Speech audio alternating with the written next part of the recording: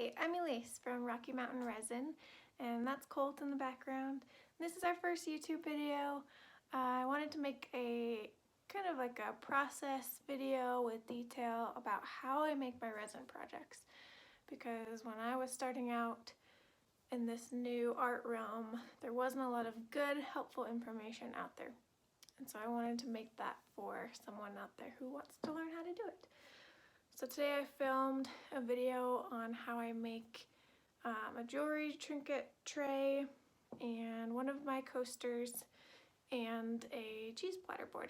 So I'm going to insert that now, and I hope you enjoy. Thanks for watching. Alright, so I will have a link to all the materials I used down below. But first you want to set up your area and find something that you want to mix in. I use these plastic containers from Home Depot, and they work amazing because they have these little measurements on the side and you can't screw it up. They're also really easy to clean, which I can show in a different video. So first I am going to take the two parts of resin. There's usually a part A and a part B, no matter what brand you go with.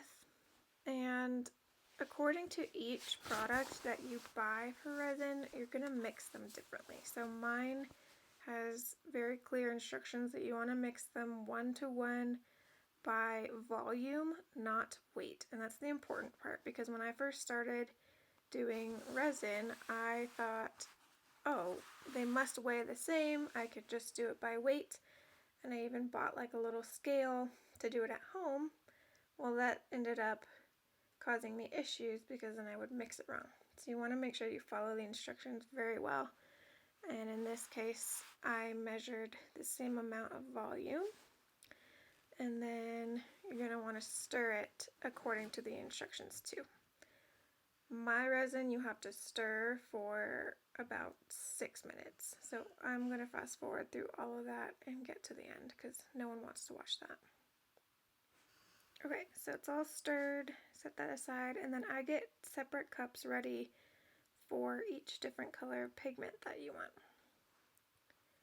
For pigments, I go with a company called Black Diamond Pigments, and I will link them below. I get them on Amazon, super easy, and they are powder pigments because sometimes you'll see people make videos where they use like spray paint and all these other materials to mix with resin, when really that's not safe, and sometimes it can go bad and completely ruin your project. So I stick to high quality pigments, powder pigments. You can use liquid form pigments if they're made for resin.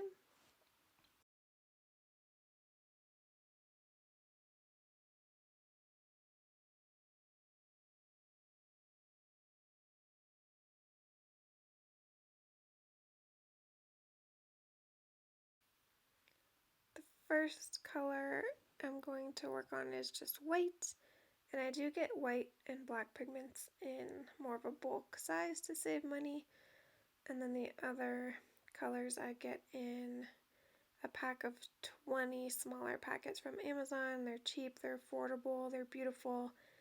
You can mix and match however you want to create really whatever color you want.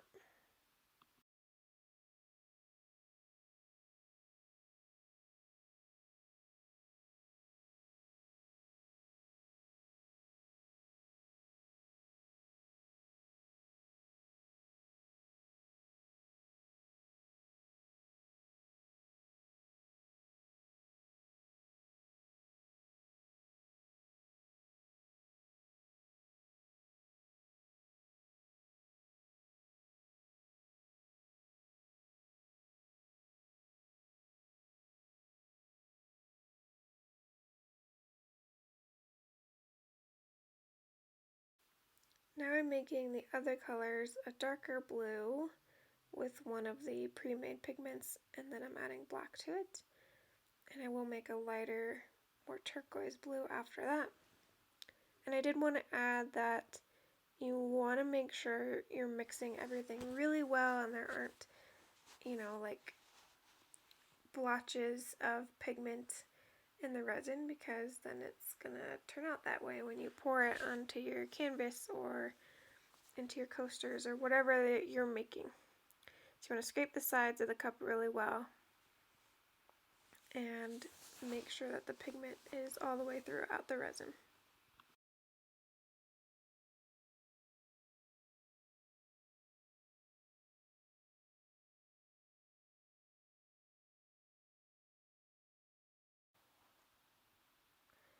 So for my jewelry tray, I'm going to start with just some leftover clear resin that I kept in the container for emergencies.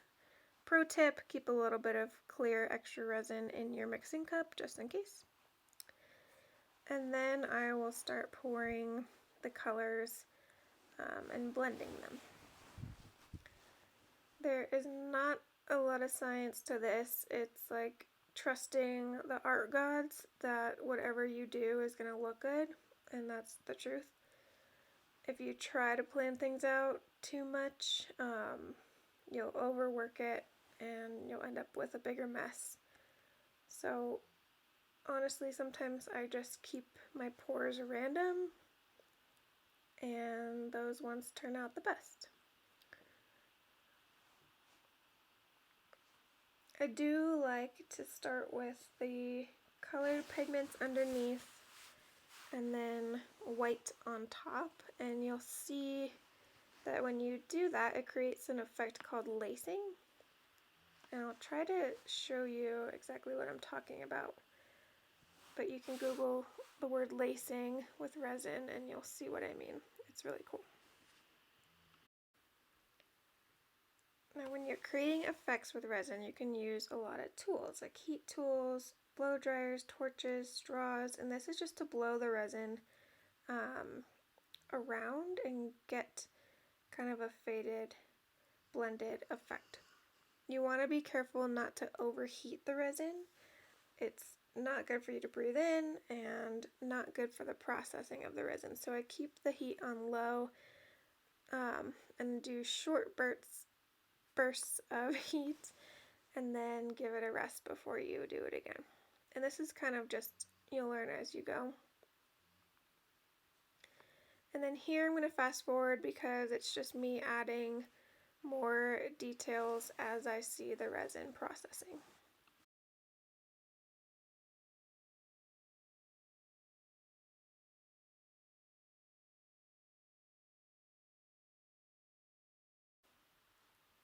So this is where you get into that lacing effect I was talking about, where the white resin, when you layer it on top of another color, creates literally like a lace effect over the other color. So these openings or holes are created in that white resin, and it's just a really cool look. So you'll start to see that a lot, the word lacing, when you start to get into resin work and looking at what other artists do.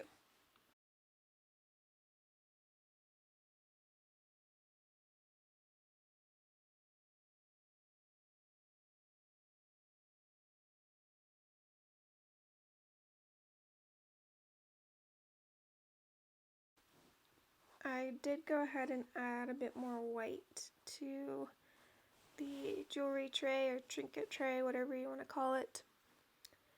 And again, using the heat gun to blow that around, create some lacing effects. And again, you don't want to overdo that. With time, the resin's going to move on its own and really change shape and develop kind of naturally, which is my favorite part of it. So you don't want to overdo it. And here is another pro tip. If you have extra resin laying around, you don't want to let it go to waste. It is expensive. So I got out one of my resin coaster molds that I actually make as well, and I made a little coaster out of the extras.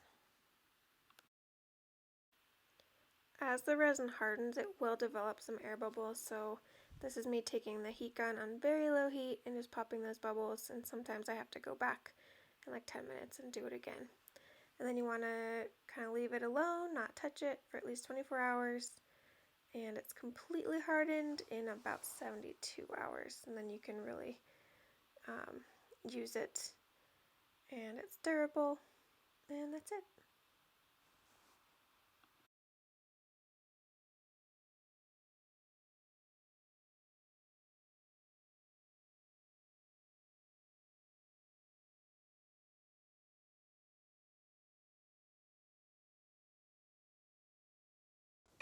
We couldn't do a proper outro without Colt in it. And he may be napping, but he says, thanks for watching. No, but seriously, if you guys have any questions, concerns, go ahead and comment down below.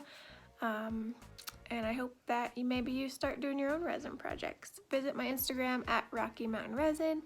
And thanks for watching. Bye.